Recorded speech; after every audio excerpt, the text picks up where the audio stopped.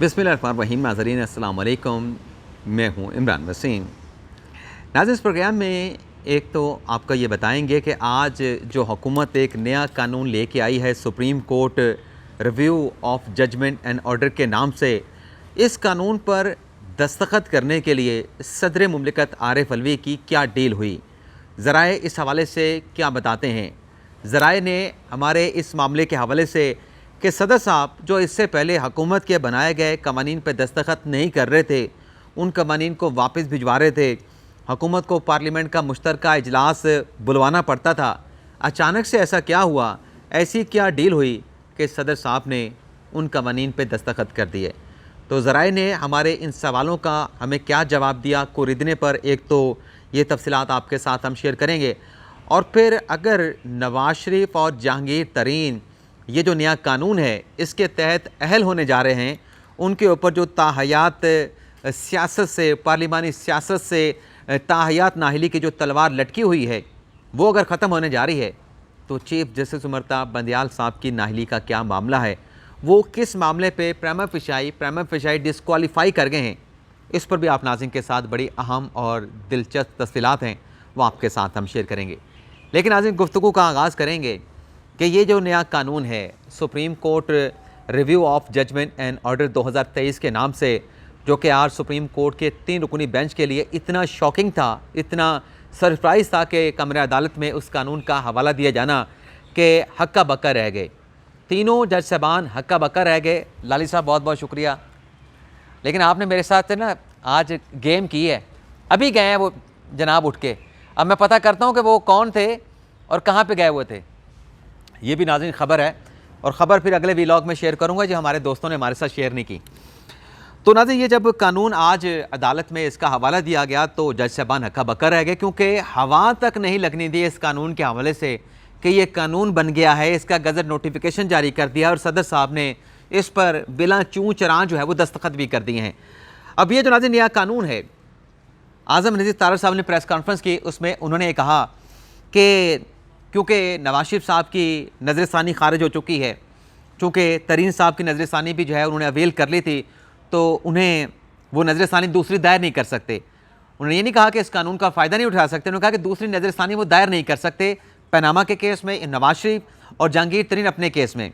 लेकिन उसमें एक टेक्निकल नुक्ता वो छोड़ गए, जो कि असल वो नुक्ता है जहाँ पर नवाज शरीफ, जहांगीर तरीन और जितने मुतासरा अफ्रीकैन हैं जिनके ऊपर आर्टिकल 62 का इतलाक़ किया गया है, जो सियासत से ताहयात नायल हो चुके हैं, एक सेक्शन 5 ऐसा है जिसका उन तमाम लोगों को फ़ायदा पहुंच सकता है। उन लोगों को जिन्होंने अपने फ़ैसले के ख़िलाफ़, जब उन पे 62(1)(f) लगा, सियासत से नाअहल कर दिया गया ताहयात, उन्होंने अगर नज़रसानी दायर कर दी तो वो इस कानून से मुस्तफ़िद नहीं हो सकते।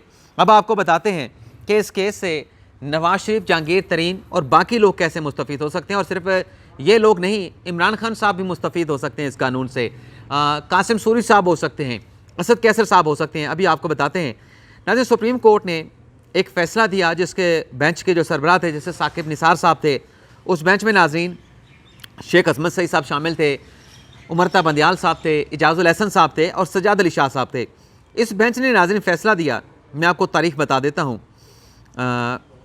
पहली समाअत हुई 30 जनवरी 2018 को, और आखिरी उस केस की नाज़रीन समाअत हुई 14 फरवरी 2018 को। ये नाज़रीन मुख्तलिफ केसेस थे उन लोगों के जिन पर आर्टिकल 62(1)(f) का इतलाक़ किया गया था। साकिब निसार साहब ने उन तमाम केसेस को क्लब किया, यकजा किया और कहा कि हम आर्टिकल 62(1)(f) की तशरीह करेंगे। इस केस में नाज़रीन नवाज शरीफ की तरफ से पेश हुए थे, जो कि ये मेमो लगा हुआ है, नवाज शरीफ के नाम का मैं आपको दिखा देता हूँ। निकाल लेने काफ़ी सारे नाज़रीन इसमें लिटिगेंट थे। बाबर रवान साहब भी पेश हुए थे, उन्होंने तो कहा था कि बिल्कुल दुरुस्त है। ये नाज़रीन नवाज शरीफ का नाम लिखा हुआ है, ये आप देख सकते हैं, मोटा मोटा बिल्कुल इसे बोल्ड करके लिखा गया, बाकी किसी का नाम बोल्ड में नहीं लिखा गया। इनकी तरफ से, नवाज शरीफ की तरफ से पेश हुई थी आसमा जहांगीर साहबा। इसी तरीके से नाज़रीन जहांगीर तरीन साहब की तरफ से पेश हुए थे सिकंदर बशीर मोहम्मद साहब, और उनको असिस्ट किया था एडवोकेट जुल्करनैन साहब ने।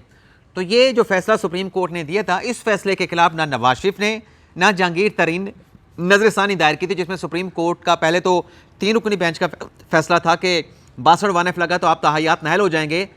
फिर ये 5 रुकनी बेंच ने उसकी दोबारा से इंटरप्रिटेशन की, तशरीह की कि नहीं, 62(1)(f) जो है वो ताहयात नाअहली बताता है।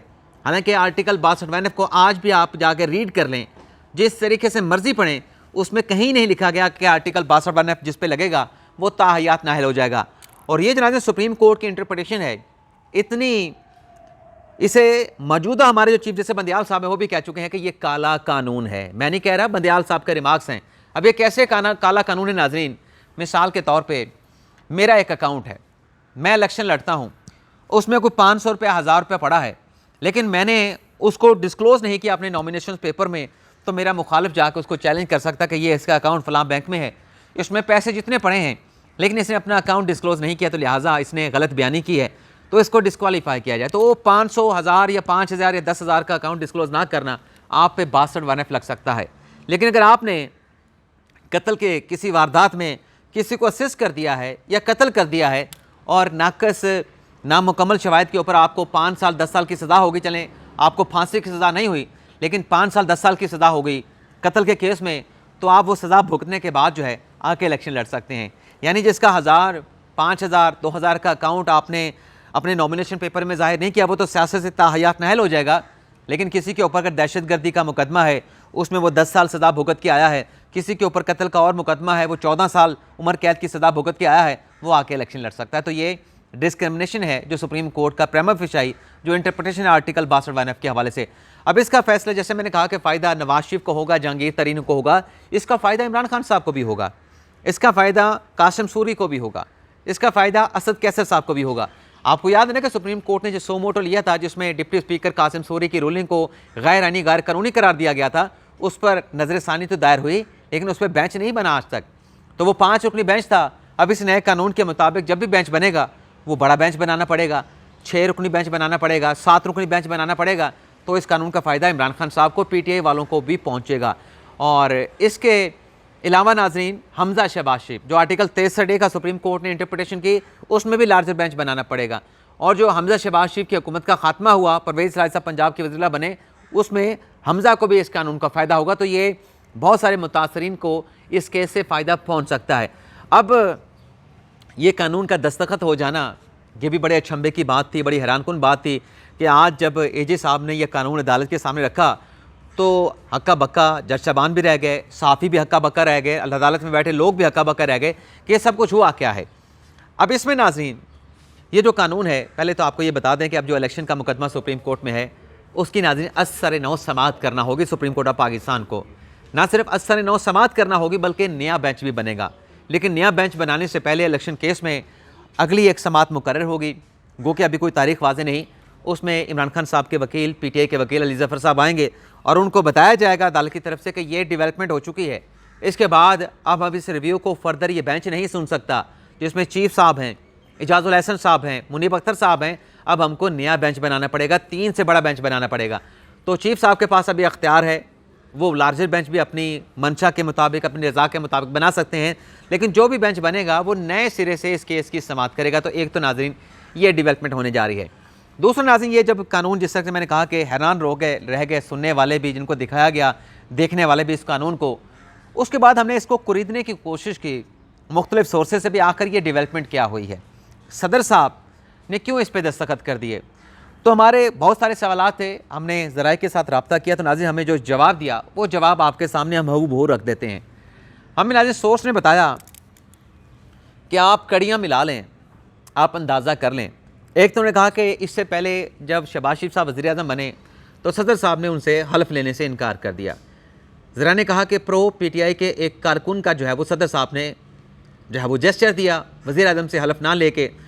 फिर उन्होंने कहा कि नैब की हुकूमत, नैब के कानून में हुकूमत ने कुछ तरमीम की पार्लियामेंट के ज़रिए, वो तरमीम भी सदर साहब ने एतराज़ात लगा के वापस कर दी। और बाकायदा तौर पे जो बात ज़रा ने कहा कि नोट करें इस बात को कि जब वो नैब की तरमीम सदर साहब ने अप्रूव नहीं की, दस्तखत नहीं किए और आर्टिकल 76 या 75 के मुताबिक वापस भिजवा देंगे, तो सदर साहब ने बाकायदा तौर पे प्रेस रिलीज जारी की अपने ऐवान से कि देखें, मैंने यह पार्लियामेंट का बनाया गया कानून जो है नैब में तरमीम के हवाले से मैंने अप्रूव नहीं किया, मैंने इस पर दस्तखत नहीं किए। फिर उन्होंने कहा कि एक मरतबा फिर हुकूमत ने नैब का कानून में तरमीम की, वो कानून भी भेजा गया, वो अमेंडमेंट भी भेजेगी, सदर साहब ने उस पर भी दस्तखत नहीं किए और बाकायदा तौर पर एलामिया जारी करके बताया पूरी कौम को, मीडिया को, कि ये दूसरी तरमीम भी मैंने मुस्तरद कर दी हैं, इस पर मैंने एतराज़ लगा दिया है। और फिर ज़राए ने कहा कि तीसरी मरतबा आप नोट करें कि ये जो supreme court practice and procedural bill है जो कि सुप्रीम कोर्ट में चैलेंज हो चुका है, कानून बनने के बावजूद भी आज तक वो सस्पेंड है। और ज़राए ने कहा कि एक और बात उन्होंने कही कि ये सुप्रीम कोर्ट के जजेस हैं, ये जो अपना हल्फ उठाते हैं, अपने हल्फ के तहत ये आइन और कानून के भी पाबंद हैं, इसकी ताबेदारी इनके हल्फ में शामिल है। तो ज़राए ने कहा कि ये भी सुप्रीम कोर्ट प्रोसीजरल बिल के नाम से जो कानून आया 2023 का, इस पर भी सदर साहब ने दस्तखत नहीं किए, इस पर भी एतराज़ लगा और बाकायदा अलामिया जारी हुआ है वज़ीर सदर से कि ये बिल भी मैंने मंजूर नहीं किया, ये पार्लियामेंट के मुश्तरका इजलास से जाकर हुकूमत मंजूर करवाती रहे। उन्होंने कहा कि ये सब कुछ जब सदर साहब करते रहे, कानूनों पे दस्तखत नहीं करते थे, तो अब आप समझ जाएं कि इस कानून पे सदर साहब ने क्यों दस्तखत किए, कैसे किए होंगे। फिर उन्होंने कहा, जो हमें हिंट दिया, आखिरी बात उन्होंने की, उन्होंने कहा कि जो इस वक्त हालात चल रहे हैं, जो इस वक्त सरकमस्टांसेस हैं, उसके नतीजे में सदर साहब को ये सारी चीज़ें दिखाई गई, सदर साहब को सब कुछ बताया गया, ब्रीफ किया गया, डीब्रीफ किया गया, ब्रीफ किया गया मौजूदा हालात के हवाले से और डीब्रीफ किया गया माजी के हालात के हवाले से। और फिर उनसे कहा गया कि आप इस पर दस्तखत कर दें, यही बेहतर रास्ता है और इस रास्ते का आपको फ़ायदा होगा जब आप सदर के ओहदे पे नहीं होंगे, तो आपका मुख्तलिफ़ चीज़ों में जो है वो नाम नहीं आएगा, आपको वो नहीं होगा जो बाकियों के साथ हुआ है। तो ये ज़रा ये बताते हैं कि ये पैगाम दिया गया है। इसके अलावा सदर साहब कहाँ मानने वाले थे, लेकिन कुछ नाज़रीन दोस्त ऐसी बातें बताते हैं, ज़रा ऐसी बातें बताते हैं जो कि काबिल कबूल नहीं है। इसमें कहा गया है कि सदर साहब को कुछ ऑडियोज़ भी सुनवाई गई हैं, कुछ वीडियोज़ भी दिखाई गई हैं। अब हमने उनसे पूछा भी कैसी ऑडियोज़, कैसे वीडियोज़, उन्हें कहा कि बस बात को यहीं तक महदूद रखें तो ज़्यादा मुनासिब है। अब खुदा जाने कि वो क्या थे या क्या नहीं था, लेकिन बहरहाल उन्होंने कहा कि अब क्योंकि दस्तखत हो चुके हैं, डील क्या हुई है क्या नहीं हुई, इन तमाम चीज़ों से आप अंदाज़ा लगा लें कि जो सदर साहब दस्तखत करने के लिए राज़ी नहीं थे, आखिर क्या बना कि उन्होंने दस्तखत भी कर दिए और कोई लामिया भी जारी नहीं किया, कोई प्रेस रिलीज़ भी जारी नहीं की। और जो हुकूमत चाह रही थी कि सारे मामले को पोशीदा रखा जाए और पीर के रोज़ जो है सुप्रीम कोर्ट के 3 रुकनी बेंच को सरप्राइज़ दिया जाए, तो सदर साहब बिल्कुल अलाइन थे कि ये सरप्राइज़ जज साहबान को मिलना चाहिए, तो उन्होंने किसी को बताया ही नहीं। गज़ट नोटिफिकेशन हो गया, सदर साहब के दस्तखत हो गए और आज वो कानून जब सुप्रीम कोर्ट में लाया गया तो तमाम सुनने वाले, देखने वाले हैरान रह गए। तो ज़राए तो दावा कर रहे हैं कि ये डील का नतीजा है, लेकिन ज़राए का ये भी कहना है कि ये डील ज़्यादा देर छिपी नहीं रहेगी, ये वक्त के साथ साथ चीज़ें बाहर आई जाएंगी कि दरअसल सदर साहब को कैसे इस सारे मामले के ऊपर राज़ी किया गया है।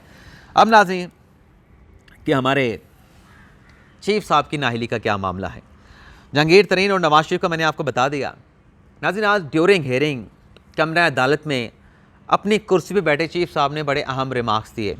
मैंने असतूर के साथ उनके वीलॉग में बताया कि चीफ साहब का ये कहना कि जो रवायत है जुडिशल कमीशन बनाने के हवाले से, माजी में एबटाबाद कमीशन बनाया गया, माजी में साफ़ी सलीम शहजाद के कत्ल के हवाले से कमीशन बनाया गया और मेमो गेट कमीशन बनाया गया, इंतखाबी धांधली का कमीशन बनाया गया, तो चीफ साहब के साथ कंसल्ट किया गया, उन्हें लेटर लिखा गया और फिर चीफ साहब ने नॉमिनेशन की। ये चीफ जैसे मुताबिक दयाल साहब बता रहे थे अटॉर्नी जनरल को, और जब चीफ जस्टिस ने नॉमिनेशन की उसके बाद फिर मुतल्लिका वज़ारतों की जानिब से उसका नोटिफिकेशन जारी कर दिया गया।